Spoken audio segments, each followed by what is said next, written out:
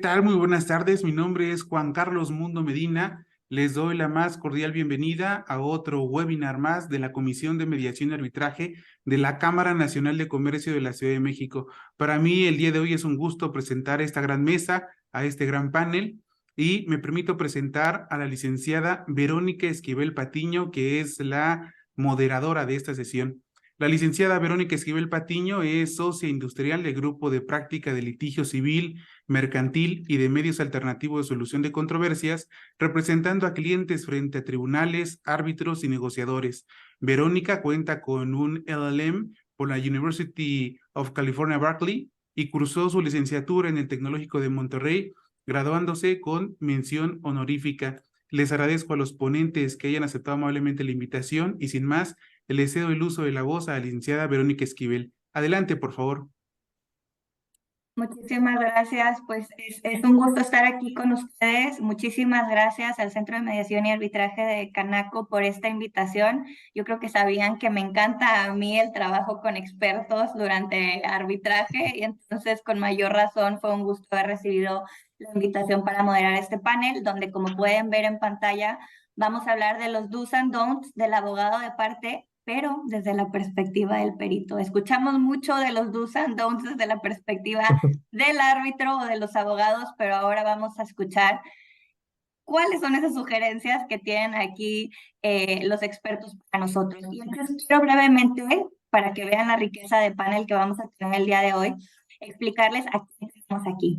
Por parte de FK Economics, que es la primera consultora económica iberoamericana especializada en litigios y arbitrajes especializados en el análisis económico de casos para ser el mejor partner de firmas de abogados, quienes tienen más de 10 años trabajando con de abogados en Chile, Perú y el resto de Iberoamérica, lo que les ha permitido tener el reconocimiento como Who's Who Legal, Leaders League, entre otras. Las industrias en las que ellos han trabajado son diversas, entre las cuales se encuentran energía, banca, instituciones financieras, salud, utilities, construcción inmobiliario, minería, consumo masivo, transporte, compras públicas, alimentos y manufactura. Y de parte de FK Economics tenemos con nosotros a Jorge Fantuzzi, que se especializa en organización industrial, en particular en casos de libre competencia y en aplicaciones a estimaciones de daños y perjuicios. Ha trabajado en el diseño, implementación y evaluación del impacto de políticas públicas y sociales. Es profesor de diversas universidades en materias de economía, organización industrial, productividad y ha sido reconocido como experto en materias de competencia y quantum of damages por las revistas Who's Who Legal y Leaders League. También tenemos por parte de FK Economics a Raúl Mejía, quien se especializa en análisis legal y económico de operaciones en mercados. Ha trabajado en el ámbito público y privado, control de concentraciones, prácticas monopólicas, definición de mercado relevante, así como programas de cumplimiento de la normativa de competencia. Anteriormente, se desempeñó en la Comisión Federal de Competencia Económica como coordinador general de concentraciones. Previamente, trabajó como jefe de departamento en el Tribunal Federal de Justicia Fiscal y Administrativa. Ahora, por otro lado, tenemos a DAC Consulting Services. DAC Consulting Services es una consultoría especializada que tuvo su origen en Londres, gracias a la iniciativa de un grupo de ingenieros experimentados, directores generales retirados, project managers y empresarios. Estos individuos poseen el conocimiento técnico esencial para respaldar a mercados internacionales en la ejecución de proyectos y la resolución de disputas y reclamaciones de seguros asociados a proyectos complejos en todo el mundo. En el ámbito de resolución de disputas, la empresa destaca por su exclusiva combinación de conocimientos técnicos y análisis de retrasos, interrupciones y quantum, algo que distingue a DAC de muchas otras compañías. La empresa ha desempeñado un papel crucial como perito en algunas de las reclamaciones y disputas más significativas a nivel global, abarcando proyectos en todos los continentes. Los expertos de DAC cuentan una experiencia en una variedad de tipos de proyectos que incluyen el diseño, la instalación, la operación y el mantenimiento de plantas y equipos clave. Gracias a su extensa red de contactos en el Reino Unido, Latinoamérica, Norteamérica, Europa, Asia y Oriente Medio, DAC puede brindar apoyo eficiente en investigaciones complejas, garantizando la presencia de las capacidades adecuadas en los lugares adecuados. Y expertos de DAC, tenemos aquí presentes a Reinaldo Scanone. Reinaldo es el gerente de servicios de asesoría en disputas, con sede en Norteamérica. Tiene más de 10 años de experiencia en proyectos y cumplimiento, gestionando grandes grupos de ingenieros en el desarrollo de diferentes productos, desde la concepción hasta la entrega. 5 años desarrollando productos internacionales, se incorporó como asociado senior a trabajos de investigación en nombre de AC Consulting, cubriendo principalmente grandes proyectos de construcción en LATAM y la región de Emiratos.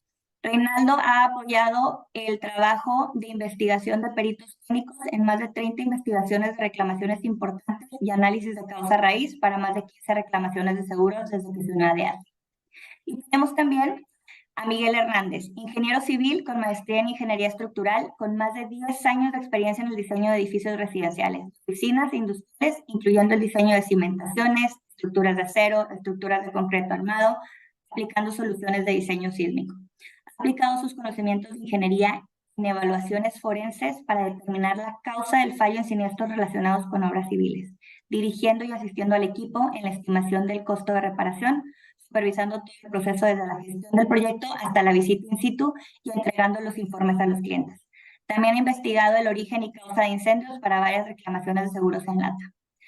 Miguel tiene responsabilidades tanto de ingeniería forense como de desarrollo de negocio desde México y se centra en LATAM y Norteamérica, tanto en reclamaciones de seguros como en trabajos de peritaje. Como podrán ver, no les mentía de la riqueza del escuchar de estos expertos estas recomendaciones y sugerencias de los do's and don'ts del abogado de parte cuando se involucran periciales, dictámenes en nuestros procedimientos arbitrales. Entonces, para mí es un gusto introducirlos y explicarles un poco a todos los que nos están escuchando cuál va a ser la dinámica. Se nos ocurría, y antes de cederles la palabra a los expertos, abordar el tema en 3 etapas. ¿Qué etapas me refiero? Primero vamos a hablar de esta etapa preparatoria, la instrucción del caso, y vamos a escuchar de los expertos ejemplos, sus sugerencias, todo lo que quieran compartirnos, y después vamos a dejar un breve espacio para preguntas de ustedes, las cuales siéntanse en libertad de hacer en el chat. Yo voy a estar monitoreando el chat para, concluidas las exposiciones, poder dar lectura a ellas, o inclusive si quisieran levantar la mano, también podríamos abrir micrófono para que ustedes les formularan las preguntas directamente. Vamos a pasar a una segunda etapa que ya se imaginarán a qué me voy a referir, precisamente al desarrollo del caso. Y en el desarrollo del caso vamos a hablar de esta etapa pues difícil y complicada, yo creo, de la preparación del informe y esta gran etapa colaborativa que se tiene entre clientes, expertos y abogados de parte. Igual va a haber un momento posterior para preguntas sobre esta etapa, igual siéntanse en libertad de hacerlas por escrito o verbales.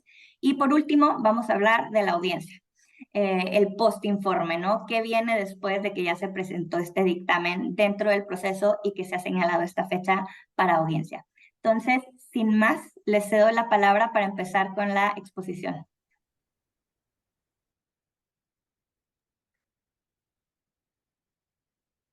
Comienzo yo. Muchas gracias, Verónica, por la introducción y muchas gracias, Canaco, también por la invitación. Eh, eh, la verdad cuando supe el tema de la presentación me entusiasmó mucho poder quejarme una vez yo ¿no es cierto?, del trabajo con abogados, porque siempre es al revés.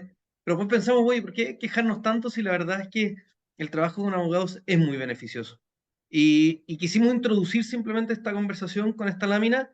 Esto ustedes obviamente no lo conocen, pero este es el teniente Larraguibel cabalgando su caballo Guaso, que es el récord en salto alto a caballo histórico. Esto fue, si no recuerdo mal, el año 1949. O sea, llevamos muchos años, digamos, las competencias deportivas en general han ido rompiendo los récords en todas las disciplinas, pero en esto tenemos muchos años de un récord imbatible.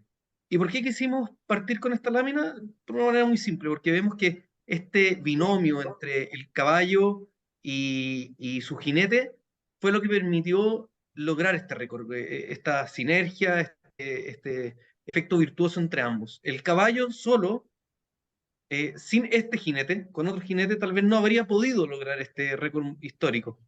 Y lo mismo al revés, el jinete, el señor Larraguibel, no habría podido romper el récord sin su caballo Guaso. Es el caballo en conjunto con el jinete el que logra este efecto tan increíble. Y algo es parecido en nuestra visión del trabajo con abogados. Cuando al enfrentar un caso, em, somos capaces de sacar lo mejor mutuamente. Los economistas pedir lo mejor posible a los abogados en la instrucción, en el desarrollo, en los comentarios respecto de la estrategia.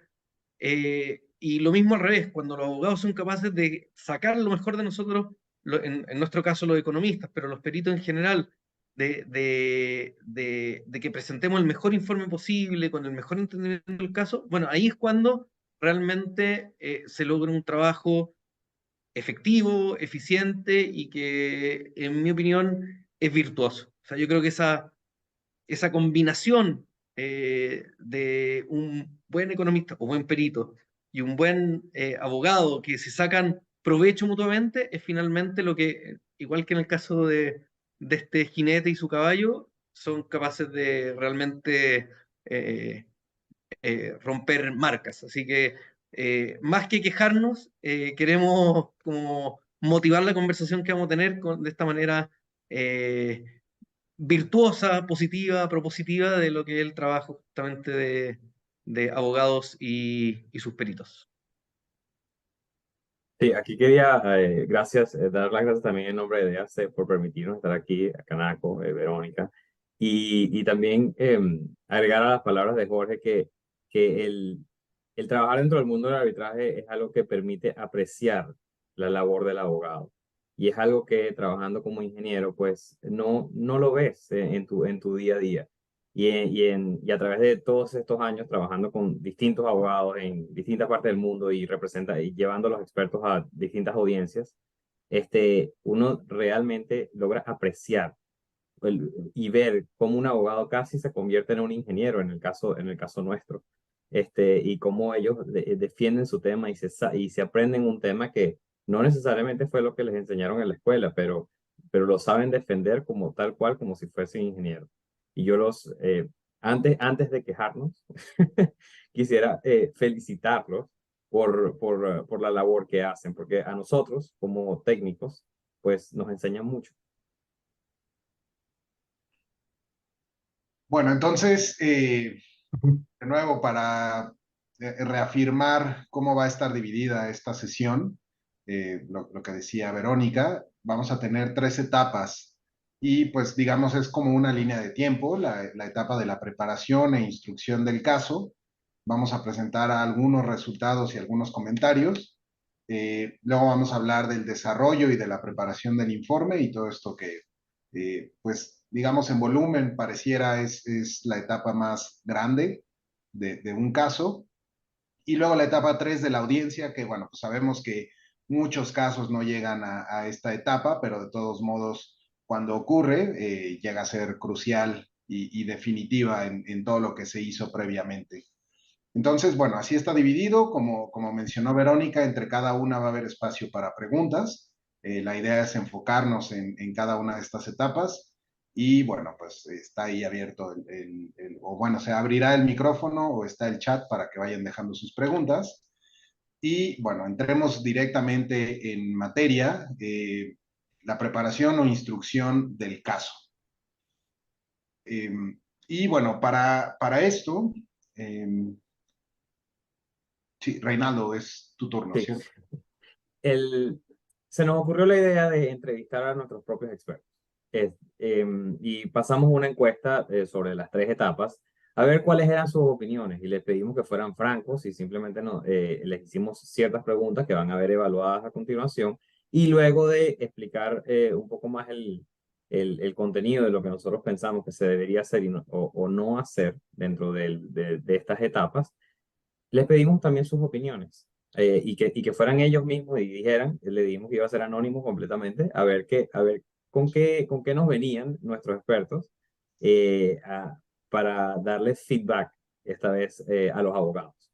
La primera pregunta fue, ¿cree usted recibió la instrucción con tiempo suficiente para entender el caso, el alcance y poder realizar un informe completo? La respuesta, digamos, del 1 al 5, la evaluaron en 4. En la mayoría de los casos, como vemos, sí les dieron el tiempo suficiente para realizar un informe completo. Sin embargo, se presentan casos donde el el tiempo no es suficiente y exigen un reporte que requiere mucho más tiempo para ser realizado, estudiado y bien sustentado sobre todo. Cuando hay poco tiempo, muchas veces una de las estrategias es dar un informe preliminar en la parte técnica y lo vendemos de esa forma también para no sobreexponernos y dar un mal producto como tal. Entonces, por esa parte, en la mayoría de los casos sí tenemos tiempo, pero sí hay casos en los que no. La segunda pregunta, ¿hasta qué punto fue claro el abogado en cuanto a la cantidad de información que se proporcionaría para desarrollar su peritaje? Aquí vemos un resultado un poquito menor que la respuesta anterior. Se han presentado varios casos en los cuales los expertos son inundados de información. Y esto no es necesariamente, digamos, culpa del abogado de parte o de la parte que uno representa, sino de repente te hacen lo que nosotros llamamos un data dump, donde te llenan de una información que debes, por protocolo, analizar o al menos revisar. Y a veces es tanta la información. Hemos trabajado con casos de más de 500 gigabytes de información y que te dan muy poco tiempo para analizar. Y eso no se estableció o no se sabía desde un principio. Cuando ese tipo el volumen de información se conoce desde un principio, uno puede preparar un equipo más grande para poder realizar todas las labores de ayuda al experto que al final da y emite su opinión.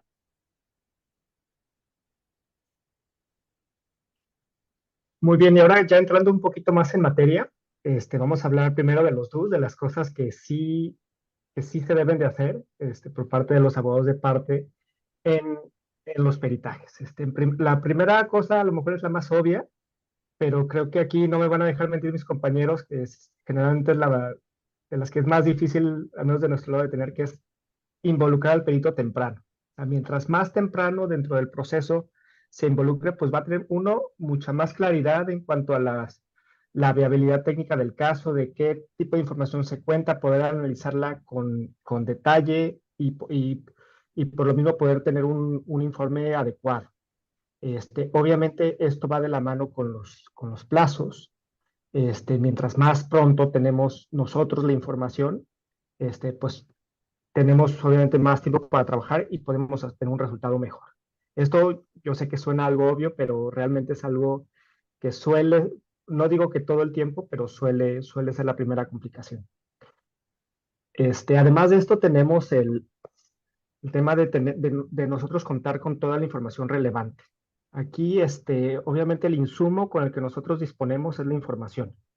Y para nosotros poder hacer un trabajo adecuado tenemos que tener, obviamente no siempre es el caso que desde un inicio tenemos toda la información necesaria y justamente aquella que necesitamos. Ya lo comentó Reinaldo. A veces nos toca este famoso data dump que nos inundan de información y no tenemos a lo mejor en este momento tan claro hasta que ya la podemos revisar la pertinencia de todos estos datos, ¿no? También, y muy de la mano con el involucramiento del perito temprano dentro del proceso, es la claridad en cuanto a los plazos. Es el hecho de contar con un programa claro, con un entendimiento y una realista de cuánto tiempo, y una visión realista de cuánto tiempo tenemos para preparar el informe y entregarlo, también suele mejorar muchísimo, hacer mucho más eficiente nuestro trabajo y permitirnos entregar un trabajo mucho más completo. Además de esto, yo me iría al tema de tener instrucciones precisas. ¿A qué me refiero con esto? A que nosotros como peritos tengamos en primer lugar muy claro el alcance del trabajo que vamos a hacer. Muchas veces no es del todo claro, a lo mejor es una cuestión de responder una pregunta relativamente sencilla, a lo mejor se requiere un informe mucho más detallado. Eso es importante que nosotros lo tengamos claro desde el principio, así como el formato, el documento que nosotros debemos entregar. Y aquí lo que también es muy importante, y a lo mejor va más de la mano con un don't que con un do, es el tema de que estas instrucciones que nosotros debemos tener deben ser jurídicas, no económicas, al menos del lado de nosotros, de FK, y por el lado de DAC seguramente tendrá que ver más con ingeniería, pero es básicamente dejar al perito hacer su trabajo. No, nosotros, pues, al momento de dar una respuesta económica, tenemos que ver la información y sobre eso nosotros vamos a tener la respuesta. No podemos nosotros trabajar con una instrucción, digamos, de qué concluir a raíz de la información. Tenemos que ver la información y sobre eso vamos a dar nuestro informe, el cual debe de ser completo, debe ser veraz y debe ser sobre todo independiente. Además de esto, tenemos el tema de que hay casos en los que no solamente se cuenta con un experto o con un perito. En estos casos es muy importante tener muy claro desde el principio cómo va a ser la organización, cómo se va a coordinar la interacción entre los diferentes peritos. Aquí lo más recomendable es contar siempre con un experto, digo, con un líder de expertos, que es el que va a llevar el que va a coordinar la interacción entre los peritos. Esto es muy importante, sobre todo en casos que son mucho más complejos. Y lo otro que tiene mucho que ver por el lado, ya hablamos mucho de la información, un poquito de la coordinación, pero creo que lo más importante es la comunicación entre el despacho y el perito. Como ya lo comentó Rinaldo, a veces son disciplinas que empiezan muy separadas y tanto a los abogados como a nosotros de nuestro lado, pues bueno, al menos a mí en lo particular me gusta mucho esta interacción con otras disciplinas, pero es muy importante tener un punto de contacto y una persona en específico, al menos del lado del cliente, que pueda responder a las solicitudes de los expertos. Porque también normalmente es ya cuando estamos revisando la información donde surgen dudas y es importante tener bien claro quién las puede responder y de qué manera. Sobre estos temas creo que tenemos, al menos de nuestro lado, tenemos bastantes anécdotas, pero básicamente si esto yo lo resumiera en dos o tres temas, sería el tema del tiempo, los plazos, el tema de la comunicación y sobre todo el tema de la coordinación. Yo decía, yo quería complementar de hecho, con una anécdota, podría dar ejemplos de todos estos puntos, pero el de las instrucciones jurídicas y no económicas. Esto simplemente contarlo para que vean que no es baladí, no es inocuo, digamos, lo que estamos proponiendo acá. Un caso, este era un producto que se tuvo que retirar del mercado por un tema sanitario. Se estaba en un arbitraje internacional contra el proveedor, en este caso de uno de los insumos del producto. Y la instrucción que recibió el informante por parte de los abogados de parte fue: asuma que el producto nunca sería rentable que reingresara al mercado. Entonces no era solo cuantifique los perjuicios, evalúe si era considere que el producto no sería rentable que reingresara al mercado. Y por supuesto lo que ocurría en ese caso era que los perjuicios que se estimaban eran de muy largo plazo, porque el producto nunca volvía a entrar al mercado, entonces era como una estimación ad eternum una cuantificación ad eternum de perjuicio. La cuantificación por parte del demandante eran 18 millones de dólares. En nuestra opinión, dado que a los 3 meses ya era rentable y mostrábamos los cálculos, nosotros estamos contratados por el lado del demandado, a los 3 meses era rentable que el producto volviera a ingresar al mercado y había buena evidencia para pensar que así podía ser. En lugar de 18 millones de dólares, o casi 19 millones, nosotros calculábamos 60.000 dólares de perjuicio. 18 millones pasamos a 60.000. Y finalmente el tribunal arbitral rechazó la estimación de lucro cesante, sí consideró un daño emergente, pero la de lucro cesante justamente porque la instrucción dada por el informante a sus peritos fue más allá de lo, diría yo, pertinente. Se perdió un caso justamente por no seguir esta máxima de dar instrucciones precisas respecto, y solo jurídica y no económica o del ámbito del perito.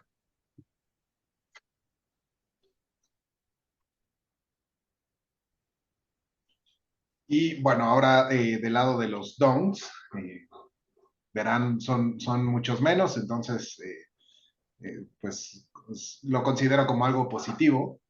La primera es no influenciar al perito y está relacionado un poco con lo que ya mencionó Jorge. La idea es que pues hay que evitar dirigir la opinión del perito para un determinado resultado, ya sea económico o técnico, y esto es pues dando ya sea instrucciones sesgadas o incluso puede ser no mostrando algo de información, que es el punto siguiente. Específicamente, la segunda parte es no sobrecargar con detalles o no sobrecargar con detalles. Y en este punto también se habla un poco del data dump, porque aunque para nosotros como peritos es importante tener toda la información, pues también a veces demasiada información que tiene detalles que no son fundamentales para el caso, pues distrae implica tiempo de revisar documentos que tal vez no se deberían estar revisando. Entonces, bueno, pues hay que, como saben, el volumen de información llega a ser inmenso. Entonces, pues estos detalles que podrían ser, pues tal vez no innecesarios, pero no fundamentales, pues llega a ser un punto crucial en los tiempos. Y la otra también es no esconder antecedentes del caso, que bueno, pues también nos ha ocurrido y hay anécdotas al respecto. Y el otro punto que a veces creo se deja de lado es no asumir entendimiento legal por parte del perito, ¿no? O sea, no dar por sentado que el experto entiende todos los términos legales o los procedimientos asociados del caso. Y bueno, pues de nuestro lado sí habría que buscar preguntar en caso de que no se entienda algún proceso, pero también del lado del abogado, si se considera que es necesario aclarar o explicar algún punto desde un inicio, pues sí es importante que se haga para que, pues digamos, se parta de la misma base y el perito tenga, pues, la información legal necesaria. Obviamente no somos expertos, pero en el tema, pero pues sí tener las bases para saber, pues, cómo desarrollar el peritaje, ¿no? Y bueno, aquí tenemos una anécdota, ¿cierto, Reinaldo? Bueno, sí, hay veces, por ejemplo, que los expertos que nos ha tocado presentar pueden ser de repente académicos o ingenieros de carrera. En muchos casos sí se puede lograr un ingeniero que haya tenido experiencia previa en audiencias y en desarrollo y haya desarrollado un caso como tal, pero también hay veces que la experiencia requerida es tan específica que se consigue una persona que tiene todas las credenciales y se presenta a esa persona, pero esa persona no tiene la experiencia adecuada o no adecuada, no ha tenido experiencia legal porque nunca ha sido su campo. Y eso está bien, para eso es el equipo con el abogado. Pero a veces el abogado interpreta directamente que él va a entender y va a ser parte del proceso. Ahí es donde de repente contratar a una persona directamente no es tan eficiente como contratar a una firma como DAC o FK para que estas personas sobrelleven a este experto, así como se dice cuando es un caso complejo, porque había un líder, se promulga un líder de los expertos, para que esta firma los pueda llevar si el abogado de repente no le explica cuál es el contexto de todos los pedidos que se están haciendo. Porque a veces el experto se siente que está repitiendo lo mismo y lo mismo otra vez, una y otra vez. Pero, eso es parte del protocolo, es parte del proceso. Y las personas que tienen experiencia en arbitraje, o los ingenieros o economistas que tienen experiencia en arbitraje, lo entienden perfectamente. Cuando alguien viene nuevo al campo, esa persona, si no tiene el acompañamiento de una firma, a veces se encuentra y lo hablo por el gremio en general, no solamente por nosotros, a veces esa persona se encuentra con barreras de entendimiento y solamente con comunicar un poquito más cuál es el contexto de los pasos legales a seguir y cuál es el contexto del procedimiento asociado y el por qué deben ser así, el ingeniero o el economista puede desarrollar más su labor, o sea, de una forma más apropiada. Yo, Miguel, si puedo, solo quería agregar Claro. una pequeña frase respecto a no esconder antecedentes del caso. Muchas veces con buena intención voy a decir, ocultan Ujú. algunos antecedentes. Por ejemplo, no les quisimos contar que el cliente, o sea, no sé, la parte, tenía otro cliente del que podríamos haber sacado los precios. Pero como el cliente es tan distinto, estoy inventando, por supuesto, como el cliente es tan distinto, nos pareció que podía desviar la atención del caso y que no iba a ser útil y que tal vez iba a ser contraproducente. Si no nos dan esa información, o no sé, o que después se haya firmado un nuevo contrato con algún cambio de precio, cosas por el estilo. Si no nos dan esa información, con nuestro expertise, en nuestro caso económico, pero en el de ingeniería, con lo que corresponda, es difícil evaluar si la información es útil o no. Y tal vez ahí está justo la información clave, digamos, para resolverlo, o justamente podemos hacernos la idea de por qué no es útil y no encontrarnos con sorpresas más adelante, por ejemplo, en la audiencia. Luego que te pregunta el abogado, oiga, ¿y usted sabía que hay otro cliente que los precios eran más bajos? No, no sabía. No sabía porque no me lo informaron. Entonces, tenemos que es muy, muy, muy eh, importante relevar esto de no abrumar con información, por supuesto, pero tampoco esconder antecedentes que pueden ser importantes que el perito finalmente lo evalúe desde su perspectiva y no que lo filtre, digamos, el equipo legal o incluso el propio cliente. Muy bien, vamos a la que sigue, Reinaldo. Sí, estas fueron sugerencias que nos dieron los expertos sobre el desarrollo del caso, que va hacia tener más claridad, esto es lo que piden ellos directamente, más claridad sobre la cantidad de material que debe revisarse, si se requieren visitas de sitio, visitas a las instalaciones del cliente, claridad sobre las normas a seguir. Dicen que siempre es útil contar con orientación sobre cuáles son las cuestiones técnicas más importantes, y esto permite al experto trabajar con eficacia. Luego proporciona una guía general y esquematizada de los documentos del caso. Muchas veces en los casos técnicos pasa que utilizando los sistemas que crean un Bates number, por ejemplo, le quitan todos los nombres a los archivos, sobre todo los archivos técnicos, y crean, y por facilidad de identificación dentro de un proceso legal, pierden la nomenclatura original de los documentos técnicos. Cuando pierdes la nomenclatura original de los documentos técnicos, es más difícil hacer seguimiento a las distintas versiones y revisiones que se hicieron sobre una estructura, por ejemplo. Y nos ha pasado muchísimo que nos cuesta tiempo. Y el tiempo es el recurso más importante que tenemos. Y nos cuesta tiempo llegar a deducir cuántas revisiones tuvo un determinado diseño solamente por el hecho de que la nomenclatura se cambió y se utilizó y se grabó dentro de distintas carpetas. Eso pasa mucho cuando hay casos que tienen muchísima información técnica, como plantas petroquímicas o plantas de ciclo combinado de energía, por ejemplo. Cuando tenemos esos grandes casos, es importante conservar, por ejemplo, la nomenclatura original del caso.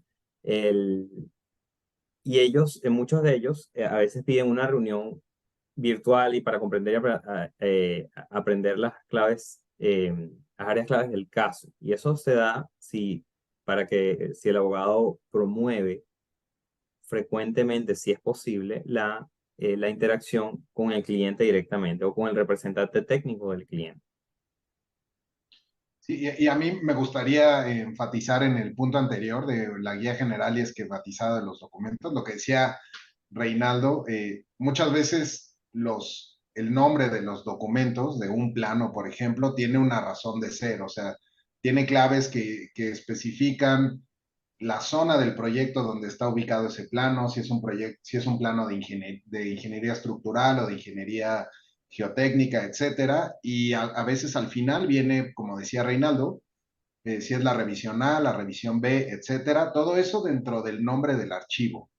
Cuando se le cambia el nombre con el Bates number, pues sí, es simplemente el tiempo que se toma que nos toma a nosotros descifrar o encontrar el archivo, pues a veces sí, o sea, retrasa todo el proceso, el proceso retrasa o hace que gastemos tiempo en estar buscando archivos en lugar de estar analizando técnicamente el contenido. Entonces, bueno, con esto terminamos la primera etapa y vienen las preguntas Vero, no sé si... Yo acá he estado monitoreando el chat y por lo pronto no tengo ninguna pregunta escrita, entonces sí me gustaría darle la oportunidad a si alguien quiere levantar la mano y hacer preguntas orales. Bienvenidos en esta etapa. Estamos hablando de la instrucción del caso, no sé si para que alguien de los participantes tenga alguna pregunta.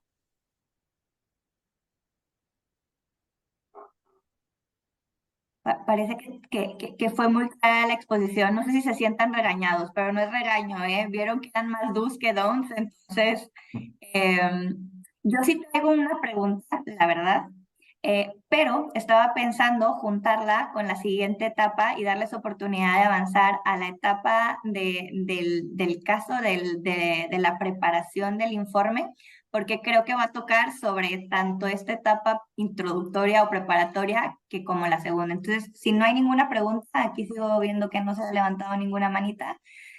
Yo creo que pasaríamos a la etapa 2 y me reservo mi pregunta para esta segunda etapa.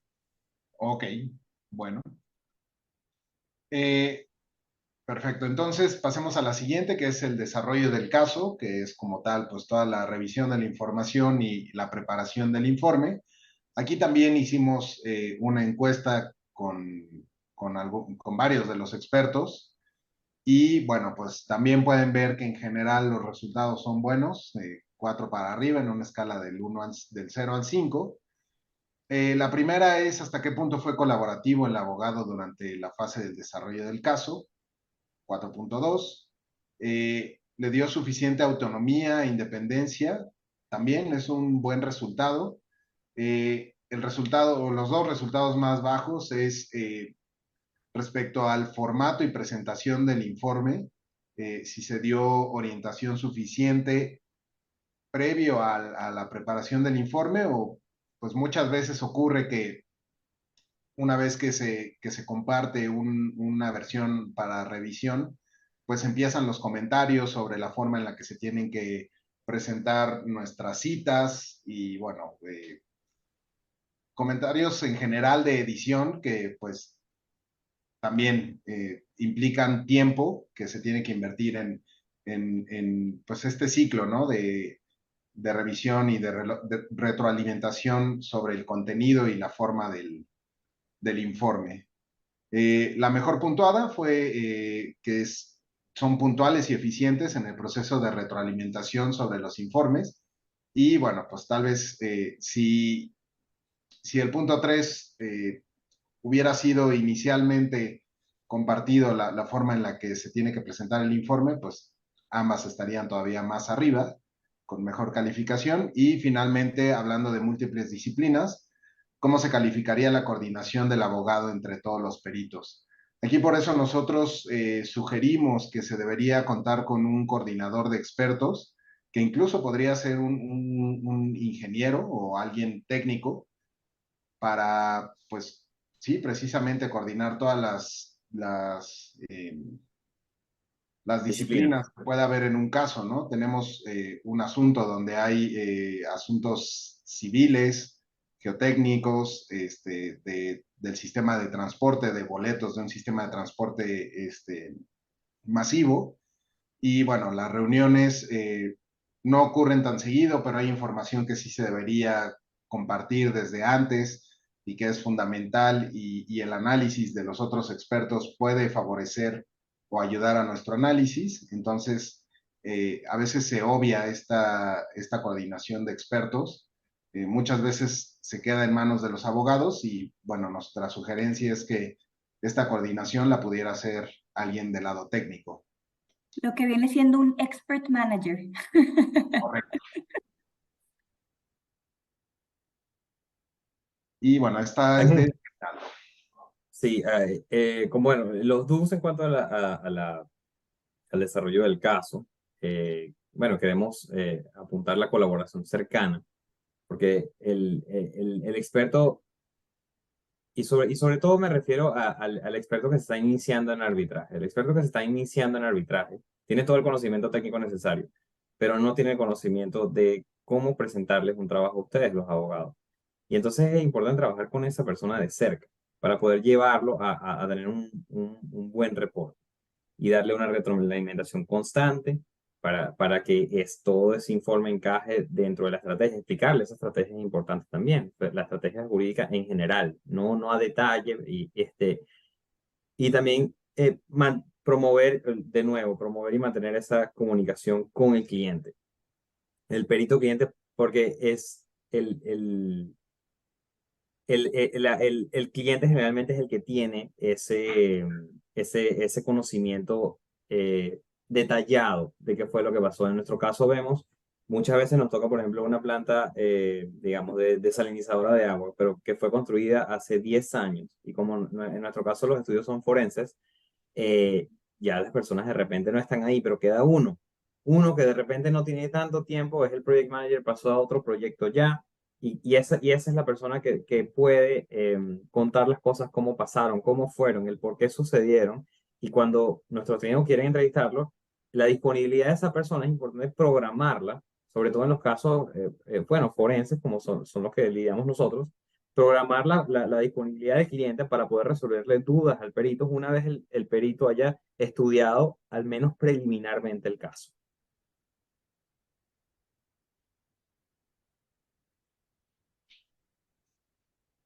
Y ahora vamos a el lado opuesto, el de los don'ts. Yo creo que, bueno, en primer lugar queremos hablar del tema de no excederse en la intervención o edición del reporte. Aquí lo que es importante saber es que dos cuestiones que son esenciales para el perito son tanto la imparcialidad como la credibilidad. Entonces aquí realmente es súper importante, sobre todo para que el reporte que produzcamos los expertos resulte útil y resulte acorde a las expectativas que se tienen, es que en este debe permanecer la voz del experto. O sea, muchas veces los abogados buscan matizar o buscan ajustar un poquito el lenguaje que nosotros llevamos y eso puede llevar a que ya no diga lo mismo y que ya la opinión del experto no sea lo que permanezca en estos informes. También el tema que creo que lo estaba tocando un poquito Reinaldo, es el tema de la jerga jurídica, que muchas veces no tiene el perito por qué entenderla de la misma manera que lo entiende el abogado, y realmente es algo que no compete al ejercicio que está haciendo el perito. Aquí realmente es importante que el perito se aboque a lo que a lo que él sabe, a de lo que es experto, ya sea el tema de la construcción o el tema de la economía, pero sí es muy importante que únicamente sea esa la voz que permanezca dentro de los informes. Y bueno, volviendo al mismo tema del que hablábamos, yo creo que a lo mejor es un poquito repetitivo en este caso, pero es sumamente importante, es el de no dar instrucciones con la intención de fabricar un resultado. El experto pues tiene que ser imparcial y tiene que ser creíble lo que está diciendo y por lo tanto tiene que responder las preguntas de acuerdo a la información con la que cuenta. Entonces, estas instrucciones de las que hablaba Jorge deben ser únicamente jurídicas. Creo que también es sumamente importante, sobre todo durante la etapa de desarrollo del caso. Otro punto que tiene que ver sobre todo con el tiempo, que es igual como lo comentó Reinaldo, o sea, el recurso más importante y generalmente el más escaso con el que contamos es que las revisiones sean periódicas y que se aclaren las dudas con el tiempo suficiente para poder hacer ya sea los ajustes o complementar los análisis que hacemos. Y por último, en el que también pues, va a haber bastantes anécdotas, es evitar el ghosting, que bueno, es una palabra un poquito de moda, pero yo creo que los peritos la conocemos desde hace más tiempo, incluso del que estaba de moda, y es, pues, es importante que estemos al tanto de la estrategia general. A lo mejor no, si bien la estrategia la va a llevar el abogado de parte, el perito pues debe tener cierto entendimiento de saber en qué está. O sea, a veces se queda nada más en preparar el informe y no conocer del todo qué está pasando, pues eso tampoco ayuda para que se lleve a cabo de la mejor manera el análisis pericial. Yo quería solamente de nuevo para complementar efectivamente el tema del ghosting, que va muy relacionado con lo de no esperar hasta el último minuto. Yo diría que esa es la principal complicación. El típico ejemplo acá es, se manda un borrador esperando comentarios, esperando correcciones de hechos o cosas por el estilo, y los comentarios no llegan una semana, y no llegan otra semana, y no llegan tres, y no llegan de repente 6 semanas, qué sé yo, por un periodo largo, en que no se contesta el teléfono, no se contesta el mail, no se contesta el WhatsApp, los informantes, los peritos, estamos totalmente, digamos, ghosteados, digamos, en Chile. No sabemos qué es lo que está pasando y de un día para otro aparecen los comentarios y nos dicen, perdonen, estábamos en una posible conciliación, pero se descartó. Ahora necesitamos el informe en 3 días más. Pero como tuvimos 6 semanas para corregirlo, no lo corrigieron porque estaba en una conciliación que había probabilidades que se cayera, como finalmente se cayó, y ahora tenemos solo 3 días. Entonces, esto de tener a los peritos con un velo de ignorancia, eh, finalmente repercute, en mi opinión, en la calidad del informe, porque 3 días no es lo mismo que 6 semanas para hacer correcciones o mejoras al informe. Repercute finalmente en el producto que les podemos entregar y en el resultado que pueden obtener en el arbitraje.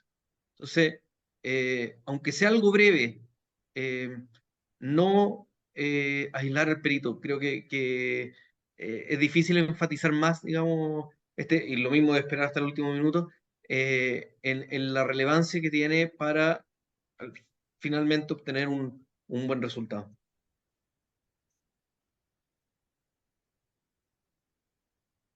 Y bueno, aquí también regresando a la encuesta que hicimos, estas son, en realidad es una compilación de las respuestas que nos dieron, no fueron 4, dejamos las que vimos más repetidas, y de hecho la primera, que pues precisamente eh, tiene que ver con lo que nos mencionaba Jorge.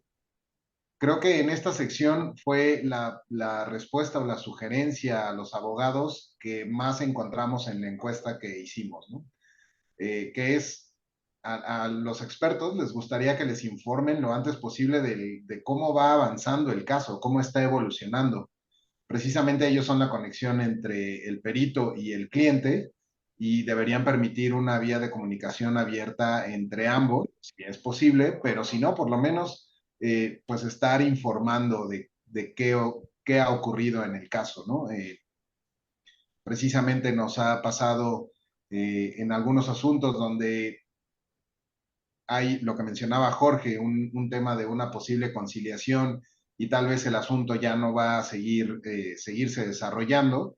Y sí, justo es en esos tiempos donde hay un poco más de silencio y un poco más de incertidumbre, obviamente, para todos sobre qué va a pasar. Y bueno, de repente dan la noticia que sí, el asunto se va a resolver de otra manera y ya no vamos a llegar a la audiencia. Pero en esos días o semanas donde no hay comunicación, pues bueno, se complica la cosa y la incertidumbre, pues no ayuda, ¿no? Al experto. De nuevo, lo que se hablaba al inicio, primero la cantidad de documentos que se iban a recibir y ahora el control de los documentos que se están emitiendo o que se están enviando para los peritos, porque recibir demasiados documentos durante un largo periodo, también nos ha ocurrido que pues tenemos 2 o 3 meses para preparar el primer informe y en el primer mes o la primera semana se comparten 1 giga de información o vamos a poner 10, lo que sea, muchísima información. La mayor cantidad se comparte al inicio, pero luego conforme va avanzando el tiempo, pues también se recibe muchos otros documentos que, regresando a uno de los puntos anteriores, no todos son fundamentales, pero pues sí hay que revisar el contenido para saber qué es lo que sirve y lo que no sirve. Entonces, un mejor control de los documentos ayuda a que el perito se pueda concentrar en su peritaje en lugar de estar revisando documentos en la computadora. Otra sugerencia que nos hacían era más implicación entre el abogado y perito, sobre todo cuando están separadas por muchas zonas horarias, también nos ha ocurrido y bueno, pues complica evidentemente estar en diferentes horas. Y esto específicamente tiene que ver con la oportunidad del tiempo que necesita un perito, o sea, que nos den la oportunidad de explicarles cuánto tiempo se va a necesitar para evaluar algún error que sea clave en el caso, ya sea de ingeniería, de diseño, de construcción, o incluso un tema económico, pues hay tiempo que se necesita invertir y bueno, aunque a veces los plazos, perdón, ya están definidos, pues es importante tener, que el abogado tenga claridad de cuánto tiempo nos va a tomar a nosotros para, para aclarar o definir mejores plazos, ¿no?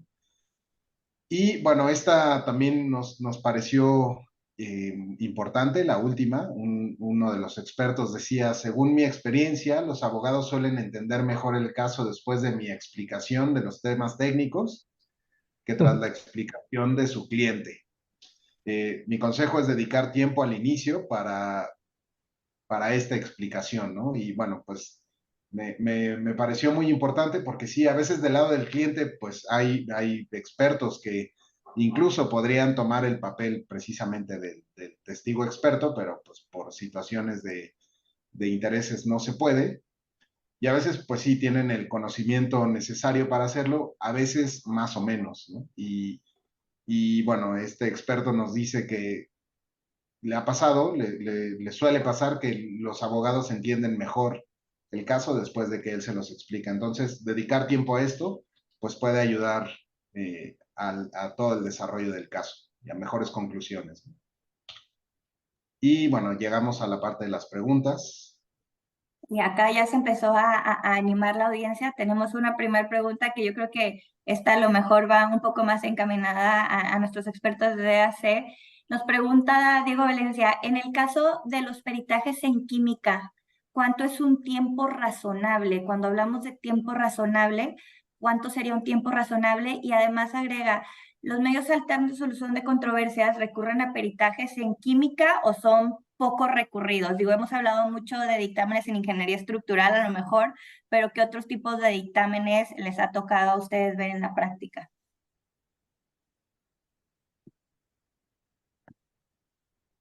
Ay, Reinaldo, estás en mute. Te veo hablar, pero Gracias. En química directamente no hemos optado por participar en casos, pero de repente no hemos quedado en uno de química directamente. Diría más ingeniería de procesos. En ingeniería de procesos sí hemos quedado y tenemos varios importantes, sobre todo en el área petroquímica. Y digamos, un tiempo razonable. Ok, el tiempo razonable generalmente va con el tamaño del caso. Muchas veces, bueno, hay uno que sí se relaciona un poquito de química, es un proceso eh, de, de fosfato. Por ejemplo, ese caso lleva 2 años y todavía no ha arrancado el arbitraje. Entonces, digamos, ese es el extremo. También pero hay casos que nosotros siempre optamos por tratar de hacer un estudio preliminar del caso para poder entender la magnitud de lo que tenemos enfrente. Puede ser que el abogado apenas acaba de recibir el caso y sabe que necesita un experto llama a DAC y dice, Reinaldo, ayúdanos, DAC, ayúdanos para poder ayudar a entender este caso. Perfecto. En ese momento entonces entramos, hacemos un estudio preliminar, algo que no nos toma más de 3 semanas, un mes de repente, para poder entender la magnitud de lo que estamos hablando y decir, ok, un reporte de expertos, esto te va a tomar de cada experto, y necesitas 3 disciplinas, 200 horas de cada experto, por ejemplo. Eso es una posibilidad y eso depende mucho del tamaño del caso del que estás hablando. También existe en los medios alternativos de resolución de disputas, ya vienen de repente los casos con los periodos preestablecidos. Entonces simplemente hay que adaptarse. Pero entonces a eso tenemos que dedicarle tantos recursos y empezamos a duplicar de repente, digamos, ponemos un experto, lo asignamos con un asistente para que este experto pueda trabajar más rápido y ser más eficiente y poder llegar a los tiempos que ya están preestablecidos dentro del arbitraje. Entonces, no sé si eso responde a tu pregunta, Diego, pero si no, por favor, corrígeme y me encantaría volver a responder. y cualquier cosa tiene aquí algo que agregar, no decir, yo ya le veo un asunto de química. Adelante, Jorge. Ahí sí. No, solo quería agregar en la línea tal vez de lo que estaba comentando Reinaldo, que la respuesta Me imagino que debe ser, depende, ¿ah? En distintas disciplinas, depende del caso. Y ahí tal vez volver a la generalidad de la parte de preparación del caso. Y es contactar a los peritos, a los informantes, lo antes posible, justamente para evaluar da lo mismo la disciplina, estoy hablando de una generalidad, justamente para evaluar cuánto se podría demorar un peritaje en esa disciplina. A nosotros a veces nos pasa que nos dicen, oye, necesitamos un informe en 2 semanas más. Pero algo muy fácil, nos dice el abogado. A ver, pero cuéntame cuáles son los datos. No, es un trabajo econométrico, estoy inventando, sofisticadísimo. ¿Y por qué piensas que puede durar 2 semanas eso? ¿No? O sea, la mejor forma de tener una buena idea de cuánto puede durar en realidad un proceso de elaboración de un peritaje en la disciplina que sea, es justamente preguntarle a los peritos en una etapa lo más temprana posible para programar un buen diseño, una buena estrategia al final del calendario del arbitraje. En la medida de lo posible. Por supuesto que si se está del lado del demandado es más difícil, pero aún así. Esa es mi sugerencia a la respuesta de depende. Un ejemplo, digamos, no en la parte química, pero es dentro del ámbito de energía solar. Y estamos en un caso muy relevante en los Emiratos Árabes sobre energía solar. Fue que nosotros pasamos 6 meses preparando un informe de 2 expertos para entregarlo a tiempo. Y fue así, lo entregamos hace 3 semanas, si no me equivoco, y por supuesto las últimas semanas fue un trabajo muy, muy intenso que llevó a lo prometido, a entregar el trabajo a tiempo. Sin embargo, del otro lado, el día de la entrega pidieron una extensión de tiempo. Cuando eso pasó, la estrategia de los abogados a los cuales que estaban trabajando con nosotros fue: nosotros vamos a entregar el informe de todas, y vamos a presionar para que la otra parte no tenga tiempo. Y eso ¿qué pasó? ¿Qué nos dimos cuenta nosotros? Que los otros cuando entregaron 3 días después, que fue lo único que le dio el tribunal, entregaron un informe escueto. Entonces, cuando pasa eso, les dio la ventaja, por supuesto, a la parte que nosotros estábamos representando, porque no hubo esa planificación inicial y se nota en el trabajo que hicieron los otros expertos, que pueden ser muy buenos, pero simplemente no tuvieron el tiempo de analizar. En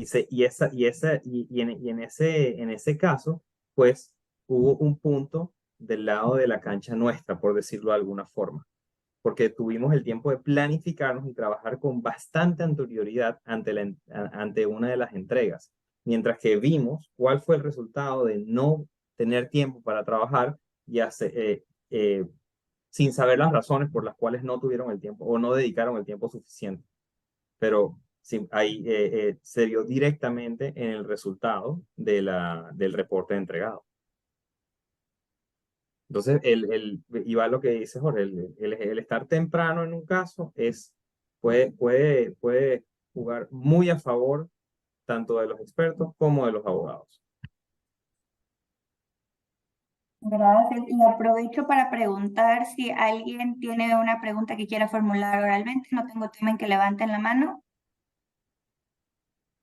Les doy unos segunditos. No hay. Y yo aquí sí quiero aprovechar para hacer una pregunta que yo tengo. Se ha estado hablando mucho del data dump, de la información relevante, de inundarlos con información no relevante, de esta coordinación, comunicación. Hablaba Raúl que él consideraba una de las cosas más importantes en esta etapa de instrucción del caso entre el cliente, abogado de parte, perito.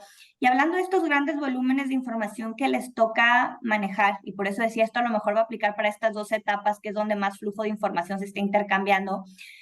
¿Les ha tocado ver o consideran relevante que se empiecen a implementar herramientas, softwares colaborativos entre las partes, uso de inteligencia artificial que pueda facilitar? O sea, me marcó mucho este tema que hablábamos de, pues nosotros para cumplir con lo que nos pide el tribunal arbitral le cambiamos el nombre de los archivos y le ponemos C1, C2, C3, pero pues sí, a los expertos ya los pusimos a trabajar doble, ¿no? Entonces, ¿qué tipo de herramientas les ha tocado ver implementadas o que consideren que tal vez ya vamos tarde en implementar para tener verdaderamente esta coordinación o colaboración entre cliente, abogado de parte y experto? Y quien se anime. Yo me animo, si quieren, una muy breve, muy fácil. Hay algunos trabajos que involucran revisión de grandes volúmenes de facturas, por ejemplo. O sea, tenemos 5.000 facturas que hay que confirmar los valores para decir que si decimos que suma 100, bueno, que efectivamente sumen 100 o que sean de las partidas que corresponden. Y en algunos casos, diría todavía poco, pero en algunos casos hemos desarrollado algún algoritmo usando inteligencia artificial para leer facturas. Entonces, en el fondo, el algoritmo nos dice cuál es el valor y cuál es la lectura del concepto principal. Aquellas que no coinciden con el valor entregado, no sé, en la planilla del cliente, vamos y la revisamos manualmente. Y el resto, si coincide, digamos, cosas por el estilo. Todavía diría que no es mucho, pero que sí hay algunos temas de ese estilo que hemos tenido que usar y como bien dices tú, Verónica, es importante tanto para el desarrollo además como para la instrucción, porque justamente entender esos volúmenes de revisión de documentos puede ser fundamental para planificar plazos, dimensionar cantidad de trabajo, etcétera, etcétera. Digamos, yo quería responder también, Verónica, que podemos ir desde lo más básico a lo más complicado. Digamos, lo más básico podría ser el reconocimiento de texto. O sea, nosotros le aplicamos OCR a los documentos o la herramienta que convierte una imagen en texto para poder leerla y poder buscar la información dentro de ella. Es importante. Muchas veces se entregan copias escaneadas de contratos de 300, 700 páginas que realmente no se pueden leer. Entonces, eso no ayuda a la velocidad de análisis de la persona, del experto asignado. Después de eso, digamos, de poder leerlo digitalmente, el archivo, está la parte de la organización de la data.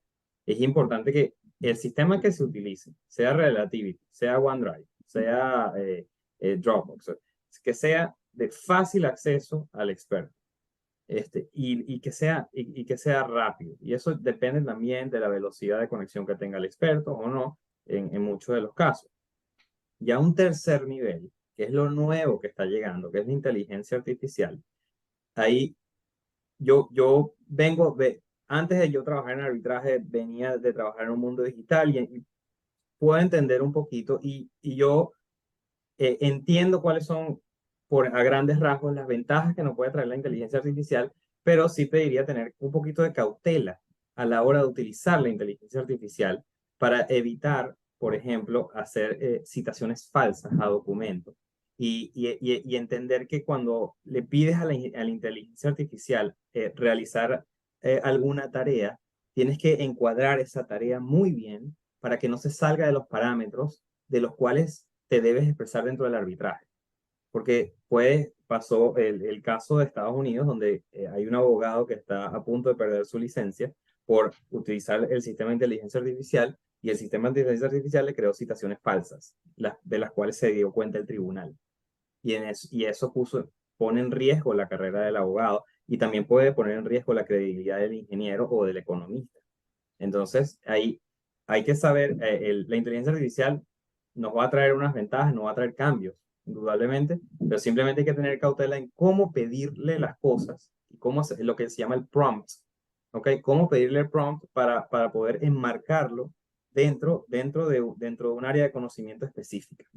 Eso son cosas que vienen en enero del 2024, vienen las nuevas herramientas que se van a integrar con el OneDrive en el caso de Microsoft. y nosotros estamos muy pendientes de cómo vamos a utilizar esas herramientas para desarrollar un análisis de repente con un poco de más velocidad, pero siempre nos vamos a basar en el conocimiento del experto y en la experiencia que él tenga en el campo real. Y solo un detalle para complementar, muy breve. Tal vez una sugerencia también en esos ámbitos de inteligencia artificial, justamente para evitar problemas como el que menciona Reinaldo, es recordar algo que puede ser, suena casi de perogrullo, pero no lo es buscar un experto en esas materias. Pues no basta con que alguien diga, yo sé programar, no, tiene que ser alguien que realmente sepa qué es lo que está haciendo, porque de verdad meterse en problemas por eh, usar mal algoritmos de machine learning o inteligencia artificial,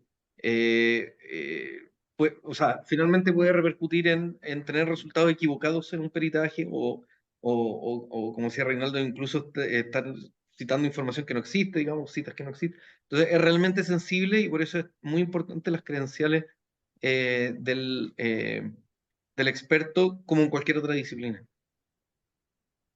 Y bueno, a mí también me gustaría complementar, es un software que tiene muchos años usándose en ingeniería, sobre todo específicamente hablando del desarrollo de planos, y digamos es una versión como el Acrobat para leer PDFs, pero que está desarrollado específicamente para ver PDFs de planos, y tiene una función muy útil que no sé si hay algún otro software que la tenga, que si tú abres dos archivos en paralelo, hay una función que, digamos, busca cuáles son las diferencias entre una y otra versión de esa página del PDF y automáticamente las circula en una nubecita para que sea fácilmente identificable.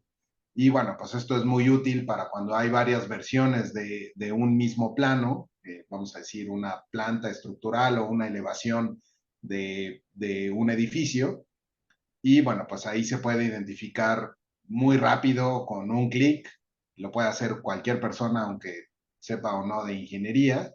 Y el software lo único que te hace, como digo, es remarcar cuáles son las zonas del plano que son diferentes entre sí. Y bueno, pues también ahorra mucho trabajo. No tiene nada que ver con inteligencia artificial, pero son herramientas que existen y que son muy útiles para revisar documentos. Sería el compare para los planos, pero muy útil. Muchas gracias a los tres. No sé si Andrea tiene una pregunta. Sí, Adelante, Andrea. perdón que haga una última pregunta al final.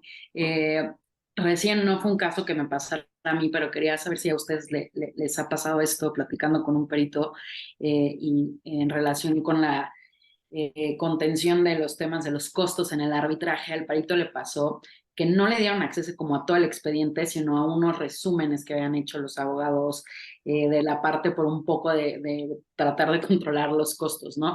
Y obviamente como abogada de parte, pues yo decía, híjole, imagínate cuando te pregunte la contraparte si revisó el expediente. Y quería saber ustedes si les ha pasado y cuál es su postura al respecto.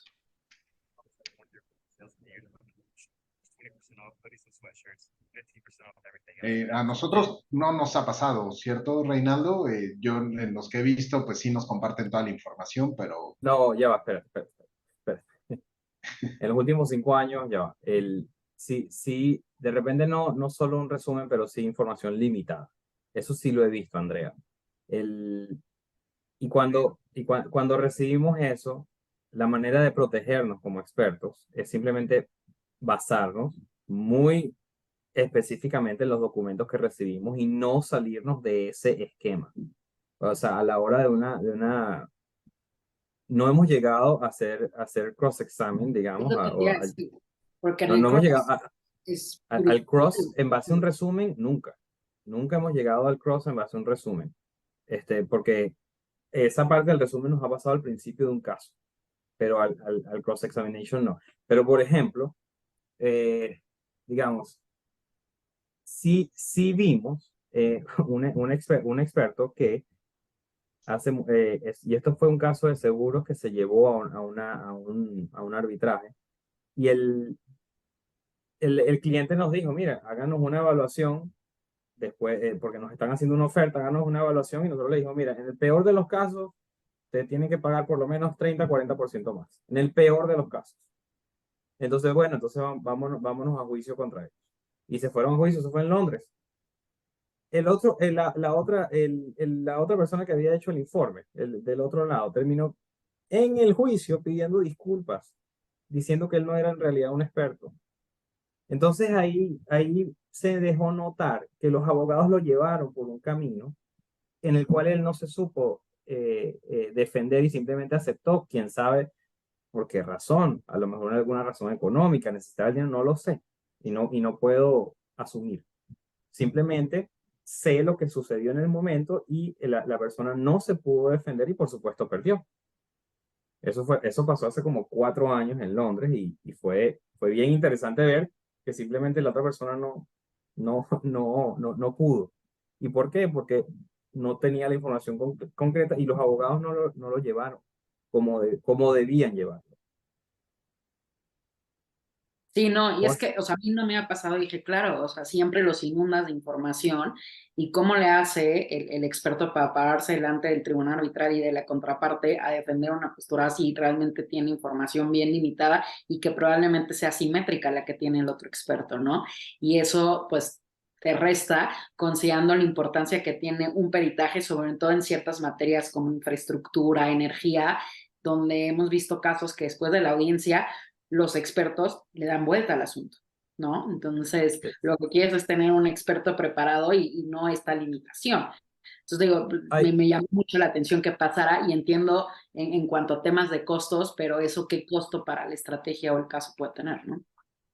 sí, ha pasado, yo sí he visto, por ejemplo, que de repente la información que tenemos nosotros no es la misma que tiene la contraparte y por ende la contraparte tiene una ventaja porque, digamos, ellos tienen la información de base.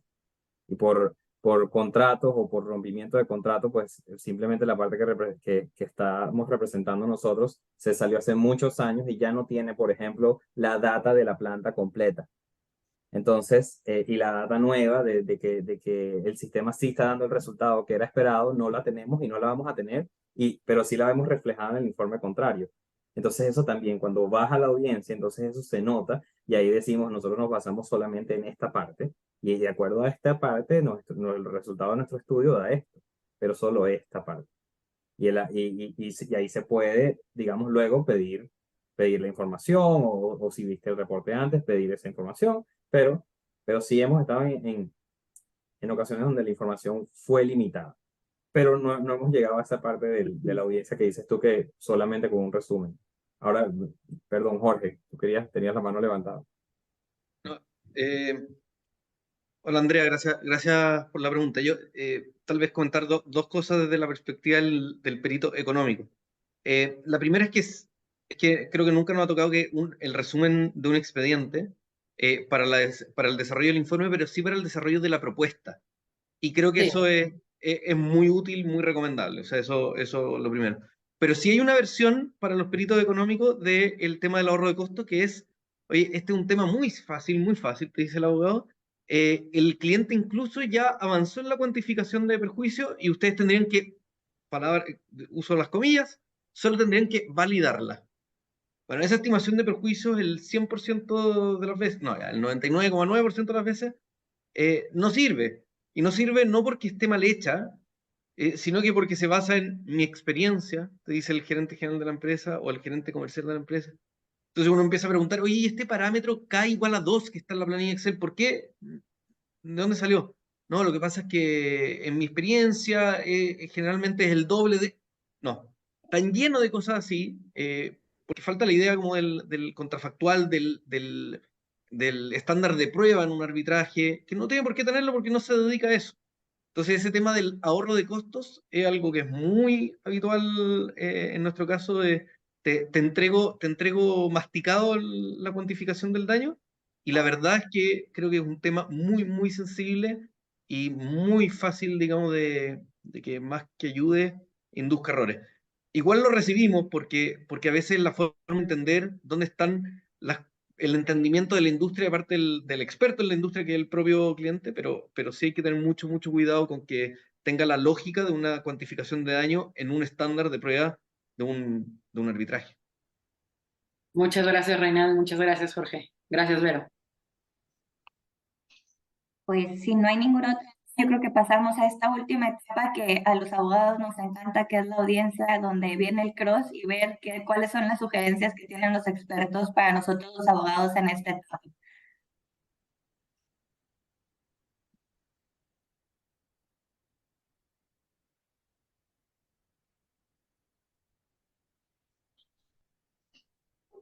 Reinaldo, ¿la tienes? Perdón, sí. Esa me tocaba a mí. Bueno, ahora pasamos a la parte de la audiencia o el postinforme, y es una parte que le gusta mucho al abogado hablar o prepararse para esa etapa desde la etapa inicial. Porque yo he acompañado a expertos desde su entrevista, su contrato, su desarrollo y su audiencia. Y el abogado le encanta, por ejemplo, en la entrevista, una de las preguntas clave que le hace al ingeniero siempre es: ¿tienes experiencia en arbitraje y has sido contraexaminado, cross-examined? Siempre hacen esa pregunta y muchos la tienen, muchos no. Esa es la verdad. Pero el que no la tengan no significa que va a ser una desventaja. Significa que tiene que prepararse con el grupo adecuado, con personas que a su lado, que ya hayan pasado por esa experiencia, pueden entender qué viene. Y no solo es el cross-examination, es el hot tubbing también, que pongan a enfrentarse con otro experto. Esa parte, por ejemplo, es muy interesante y viene después del informe. No todos los casos llegan ahí, obviamente, porque muchos casos son negociados internamente y el caso, bueno, ya terminó su curso y ya vendrá el próximo caso, pero esa es la idea. Pasa a la siguiente, Miguel, si puedes, por favor. Aquí también le hicimos preguntas a nuestros expertos y los resultados son generalmente buenos. Las experiencias que nosotros hemos tenido han sido buenas. ¿Ok? ¿Le ayudó al abogado a prepararse adecuadamente? Sí, un 4 de 5 para el contrainterrogatorio. Y esto depende también mucho de que te ayuden a mantener la expectativa, de qué te viene el practicar de repente un contrainterrogatorio y decirle de una forma efectiva al técnico, al experto: esto es lo que es, estos son tus puntos débiles y por aquí te van a atacar. Y ayudar a que el experto no se encuentre sorprendido dentro de un contrainterrogatorio y se recuerde siempre de mantenerse dentro de su esquema de conocimiento, ayuda mucho. Y de repente por eso es que sería el resultado menor, porque hay expertos que sí se han llevado sorpresas. ¿Ok? ¿Cómo valoraría el apoyo del abogado a preparárselo ante las interpretaciones erróneas o malintencionadas de la palabra? Y esto va también al ataque a la credibilidad del experto. El abogado a veces tiene que preparar al experto para decirle: mira, van a atacar tu credibilidad. Si tú estudiaste, si eres ingeniero porque te graduaste en una universidad, o si eres ingeniero porque tienes una carrera de 40 años trabajando en la industria y simplemente eres considerado ingeniero. Entonces, y si te van a decir que no te graduaste, no te tiene que tomar importancia, tú estás para un análisis, y esa preparación que da el abogado muchas veces es clave. Y dependiendo también de la persona con la que estés hablando, o el experto, o dependiendo de cómo se exprese el experto ante un panel, ante un público, ante un tribunal. ¿Okay? Durante un contrainterrogatorio, considera que el abogado aclaró eficazmente cualquier malentendido técnico. Esto se lo preguntamos porque hay veces que el experto no se expresó de la mejor forma dentro del contrainterrogatorio. Y luego, en los breaks que tienes de 30 minutos con el abogado, es importante como equipo ayudarle dentro de esa colaboración, clarificarle: mira, esto faltó este punto es clave y sabemos que es un punto débil dentro de la pericia, y es importante recalcarlo, y luego sale el abogado a aclararlo dentro de la próxima sesión. Okay, si quieres puedes pasar a la próxima. Perdón, tenía el mute. Aquí volviendo un poco a lo que mencionaba Reinaldo, lo más importante para el perito es que no se lleve sorpresas. Y para esto, pues obviamente es clave uno, la experiencia, pero como comentaba, no siempre se va a tener, pero lo que puede, o sea, lo que realmente ayuda es prepararse. O sea, y es una preparación exhaustiva donde el experto sepa qué va a pasar, qué escenarios se pueden presentar, qué es lo que te van a cuestionar, porque muchas veces, pues con algunos expertos, estos tipos de preguntas donde te cuestionan tu credibilidad, pues si los agarra un poquito de sorpresa, pues sí puede ser bastante complicado para el perito. Pero sí, yo creo que lo principal en este aspecto es la preparación. Y también que tenga parte el perito en esto, de saber cómo prefiere presentar esto, cómo se siente más cómodo presentando. Igual tiene que tener claridad en cuanto a cuál es la estrategia a seguir. O sea, esto también ayuda a evitar sorpresas y a saber qué es lo que se espera y cuál es el propósito de la audiencia, qué es lo que debe de responder y qué es lo que lo van a cuestionar. Los puntos técnicos, esto, pues la verdad me agradó que la encuesta que presentó Reinaldo fue de lo más alto, donde los puntos técnicos deben estar muy claros con entre los abogados y los expertos y saber cuáles son las fortalezas y cuáles son las debilidades antes de entrar en la audiencia. Por último, pues hay que repasar toda la evidencia con el experto, pero pues en resumen todo esto es para no llevarse sorpresas y para que el experto se sienta lo más cómodo posible en la audiencia. Al final, mientras sepa qué esperar y no tenga sorpresas, pues la verdad, el resultado pues es mucho, mucho mejor. Perdón, y solo quería complementar el tema de preguntarle al perito la manera que prefiere presentar con una muy breve anécdota. Nos tocó hace poco una audiencia, bueno, no importan los detalles, pero los abogados se pusieron de acuerdo en que el formato de la audiencia fuera sin presentación y solo directamente un direct y después un cross, sin hablar, y no nos preguntaron. Y esto finalmente redundó en por lo pronto, nunca antes me había pasado, pero terminó en consecuencia siendo prácticamente una obra de teatro, era una ridiculez, porque, porque yo sabía lo que me iban a preguntar en el direct, porque era parte de mi informe, entonces, solo me tuve que preparar para el cross.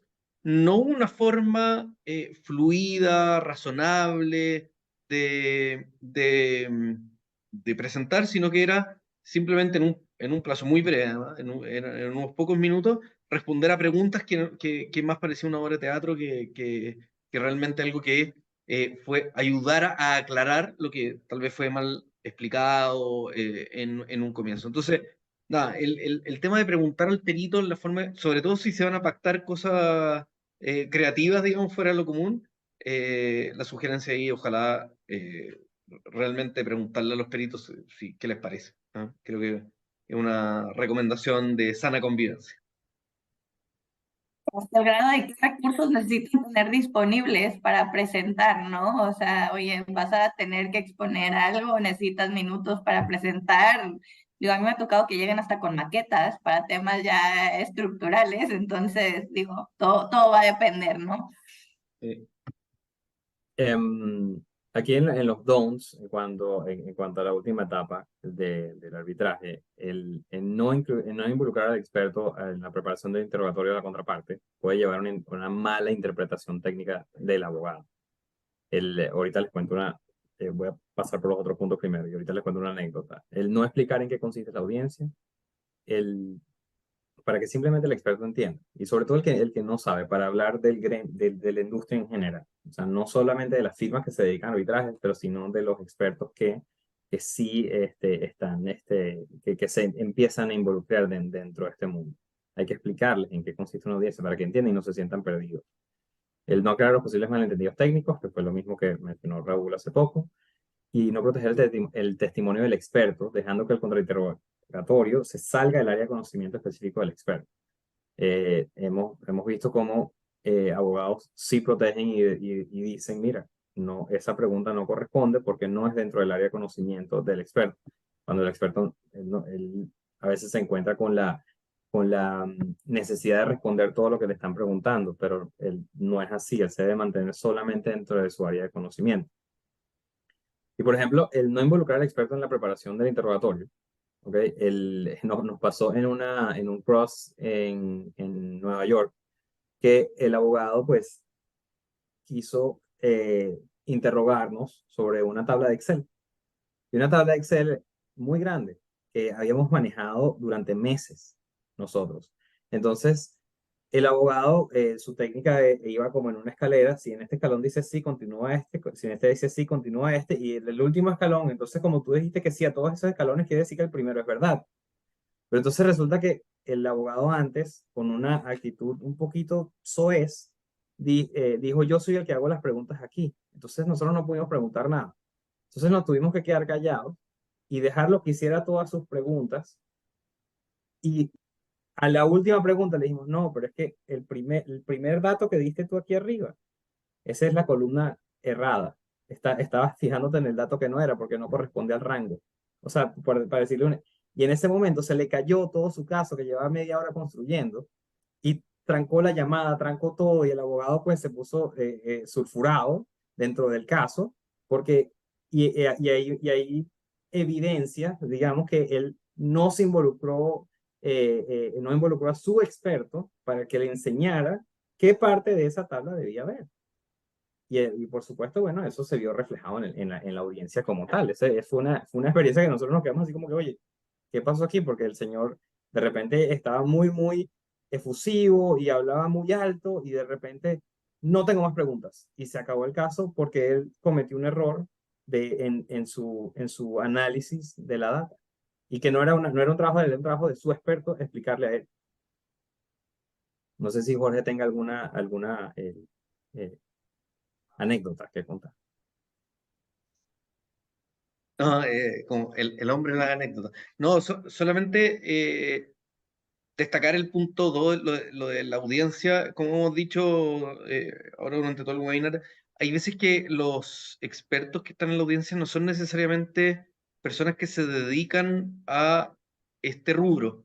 Tal vez un profesor universitario y la verdad es que llega a la audiencia, no sabe muy bien de qué se trata y la sorpresa cuando lo atacan personalmente es muy desagradable.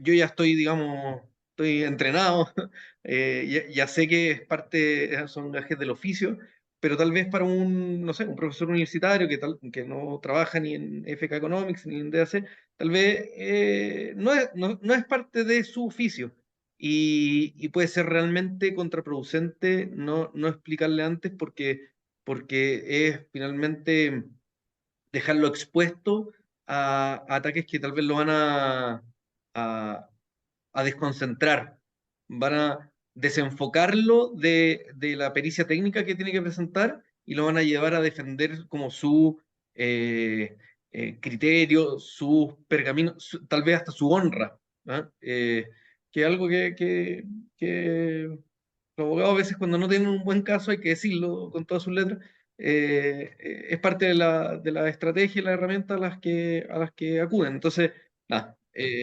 explicar a la audiencia, sobre todo a personas que no son de este oficio, creo que es un elemento bien central.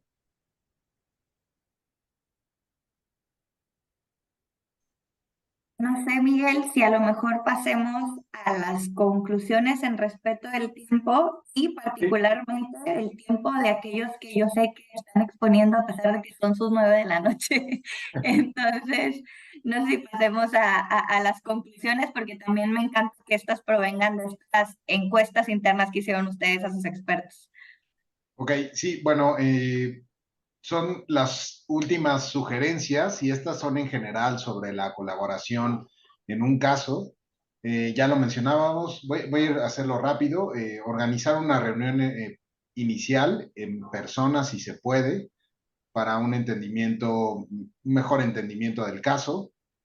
Eh, Esta me llamó mucho la atención, aunque no lo crean, pues también nosotros tenemos nuestro corazoncito y bueno, pues ha pasado, por ejemplo, en este caso, este experto sugiere que el abogado sea educado, ¿no?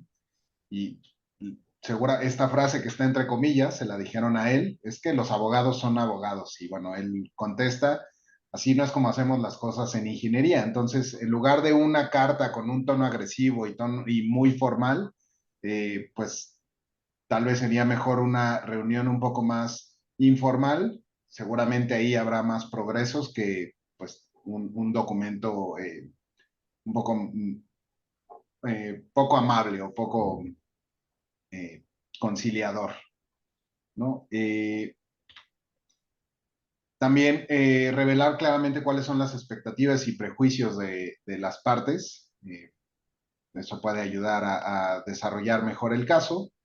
Esto ya lo mencionamos y hemos visto que ocurre muy bien en la mayoría de los casos, que el abogado adquiere un conocimiento técnico de la materia de la que se está hablando, específicamente la materia del perito, y bueno, una vez que adquiere esta capacidad para ese asunto, pues sí consideramos que es trabajo también del abogado decirle al perito cuando sus opiniones no son muy claras o cuando hay algún tema o algún punto que pueda ser clave para el caso que sea difícil de entender en el arbitraje. Y bueno, los peritos también deberían recibir una formación adecuada a las normas y reglamentos de cada institución. Esto también ya lo platicamos en algunas de las diapositivas anteriores. Entonces, bueno, esos fueron los comentarios finales. No sé, Verónica, ¿quieres que hagamos algunas preguntas? Creo que ya estamos en tiempo, ¿no? Tengo una pregunta que anticipo que probablemente la respuesta sea depende. Pero Diego nos pregunta si se utilizan dictámenes en materia ambiental. Y una pregunta interesante que digo yo no me había hecho es si les toca participar a ustedes, digo, los abogados hacemos asuntos pro bono, pero no sé si ustedes también les toque en ocasiones participar en asuntos pro bono desde su experiencia, desde su expertise. Digo, aquí un tema pues era el ambiental, la pregunta específica, pero también es una de sus preguntas, ¿no? Ahora, al menos en México, han surgido una gran cantidad de temas con énfasis ambiental. Y aquí, pues, no sé si ustedes también, al igual que los abogados hacemos pro bono, también hagan pro bono. Si quieren, parto por nuestro lado. Sí, tenemos casos pro bono. Hemos tenido temas de negligencia médica. Recién entregamos uno de un tema migratorio, una persona que se le negaron a que de hecho lo trabajamos con Raúl. Un tema, se le negaron como sus papeles para poder trabajar en Chile, en ese caso. Tenemos varios casos. Y también tenemos casos medioambientales de daño patrimonial por temas medioambientales. Perfectamente podría ser pro bono en algún caso, pero hasta ahora hemos tenido casos que han sido contratados. No solamente por daño ambiental, sino que daño, perjuicio directamente. Por ejemplo, así hemos tenido varios, pero por comentar uno muy brevemente, a unos pescadores por un derrame de ácido sulfúrico en el mar. Y bueno, y cómo eso repercutía en su posibilidad de salir a pescar y patrimonialmente cómo lo afecta. Así que efectivamente, Verónica, la respuesta es depende. Sí, tenemos casos pro bono y podemos tener casos ambientales, tanto pro bono como contratados. En el Gracias. caso nuestro, en el Perdón, caso adelante, nuestro, Reinaldo. sí, en el caso nuestro no hemos tenido un caso pro bono, así no es nuestra práctica usual.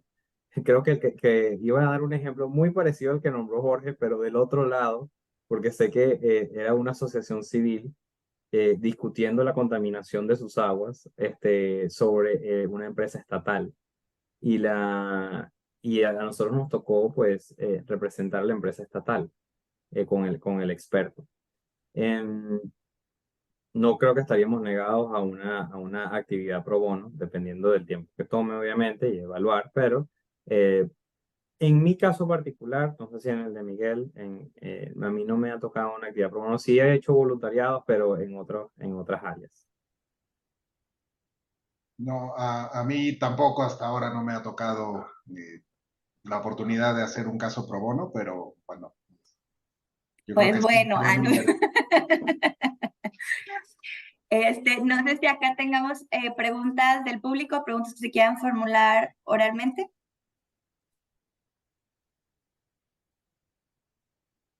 Perfecto, pues creo que quedó todo muy claro. A mí en lo particular me encantó esta parte de las encuestas, ¿no? Y saber cómo nos tienen valorados y rankeados y saber que en algunas ramas hay trabajo por hacer, pero en otras ramas me impactó que tuviéramos hasta 4.6, ¿no? Que me parece una calificación alta. Entonces, agradecerles por este trabajo, por esta exposición, a Jorge, a Miguel, a Raúl y a Reinaldo. Aquí están los datos de contacto de todos por si alguien del foro tiene alguna pregunta, no duden en escribirnos. Digo, personalmente sé que les encanta contestar preguntas, a mí me han resuelto varias, entonces no tengan miedo en escribirnos. Y les cedo la palabra al licenciado Mundo Medina. Muchas gracias a todos, muchas gracias por la exposición tan brillante, con mucha claridad en las ideas. Les agradecemos a todos ustedes por habernos acompañado. Sin más, me despido de todos. Nuevamente, muchas gracias a todos y que tengan un excelente día. Nos vemos.